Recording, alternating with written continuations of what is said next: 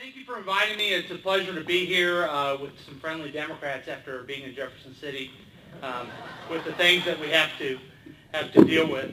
As mentioned, I'm State Senator Paul LeVota, and I represent the good people of Independence, Sugar Creek, Buckner, and parts of Kansas City and unincorporated Jackson County. And is there anyone from that district here tonight? Okay, might I mention how good you look tonight? Because there's always an election coming up, you know. You look good. Thank you for being here. Now, I realize every Missouri Democrat at every Missouri Democratic dinner quotes President Harry Truman. But I'm from Independence, so you're going to hear me mention Harry Truman quite a few times.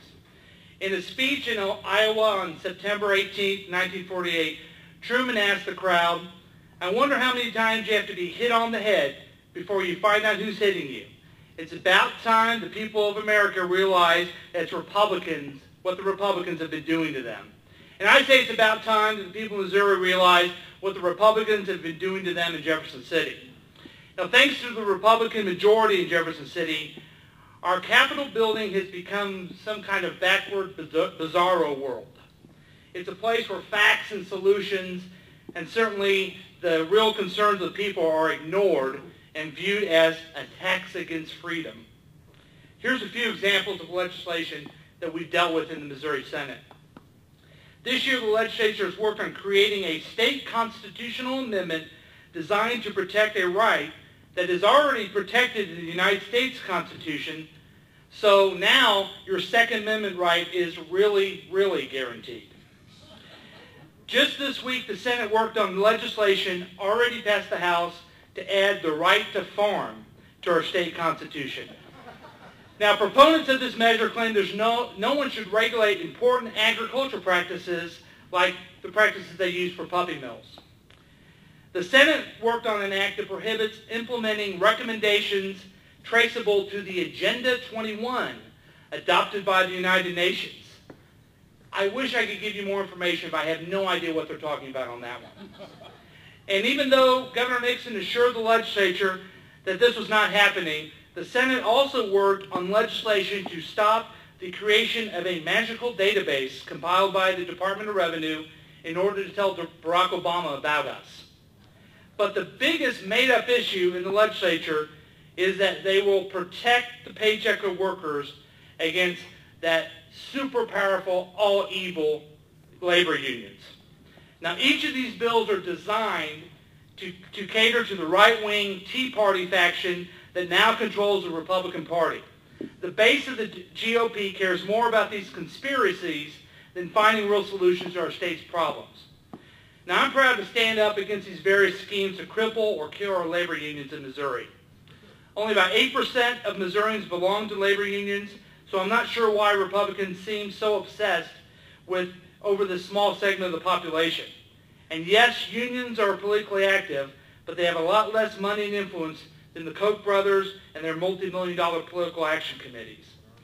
We've seen attacks on working people for years in Missouri, but the difference this year is the veto-proof Republican majority in both the House and the Senate. These majorities are hell-bent on enacting every anti-union bill they can think of. Paycheck deception is the only anti-labor bill that has passed the Senate so far, and it only passed after Democrats staged an 8-hour filibuster to water down the measure. I also expect that they will take up measures to weaken the prevailing wage before the end of the session. And meanwhile, the House has advanced so-called right-to-work legislation. I don't know if any of these measures will survive a governor's veto, but I can tell you that Senate Democrats are doing what we can so they don't get that far. Now, despite being outnumbered, we will do what we can to stand up for working people and labor unions that brought us the 40-hour work week, paid vacation, sick leave, and the many, many other things that our friends in labor have done for working Americans. Now, the biggest issue that we should be dealing with is the expansion of Medicaid in the state of Missouri. Now, these Republicans, yes, these Republicans are against the Affordable Care Act simply because it was passed by the president. Even the Missouri Chamber of Commerce and many local chambers told Republicans that expanding Medicaid would be good for the state's economy. The Missouri Hospital Association also told the Republicans and warned them that small rural hospitals would be affected or even closed if we reject Medicaid expansion.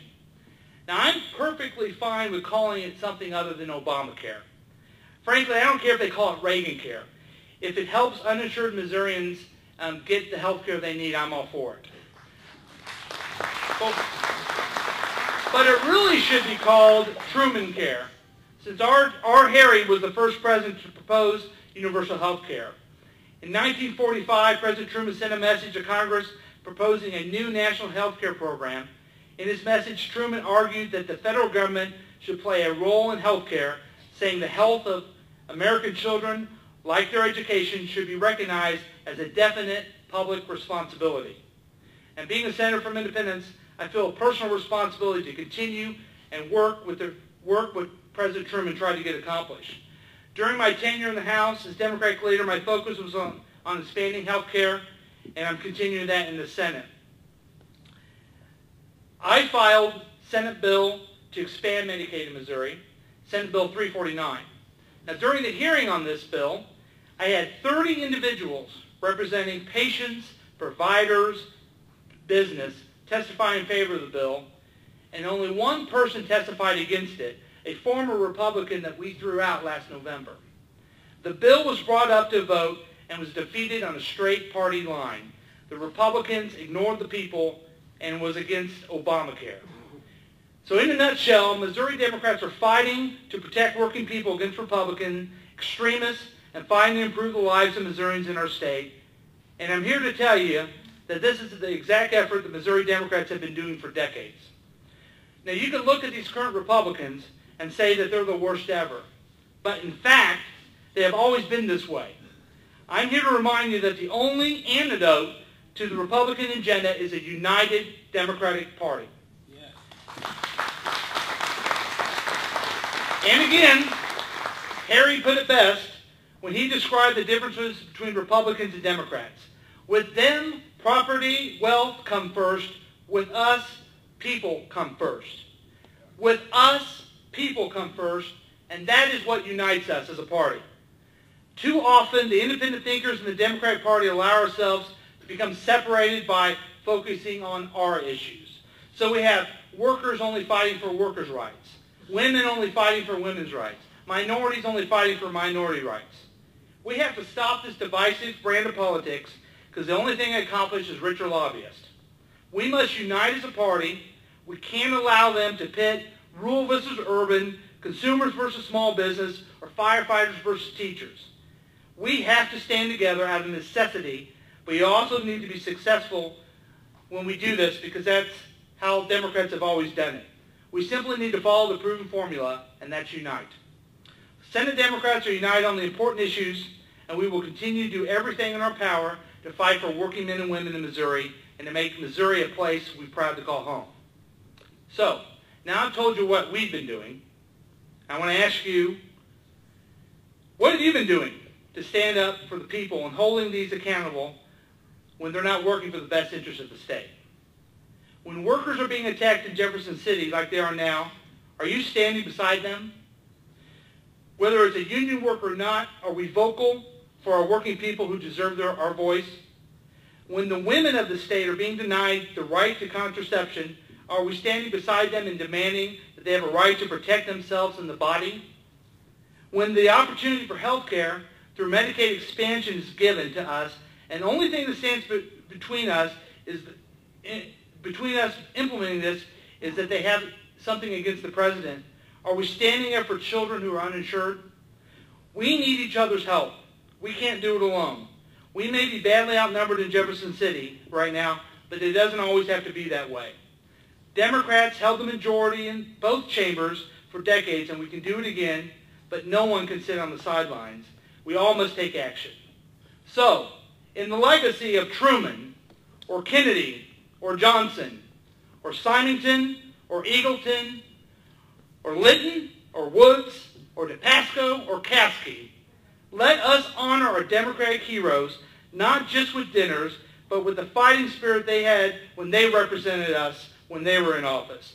We desperately need more courageous people to run for office. In fact, if you live in a district represented by a Republican, It is your democratic duty to keep them accountable. You must let your voice be heard when it comes to standing up for people. So whatever you do, please get involved. Remember, we are Democrats. We fight for the people. And vote LeVota.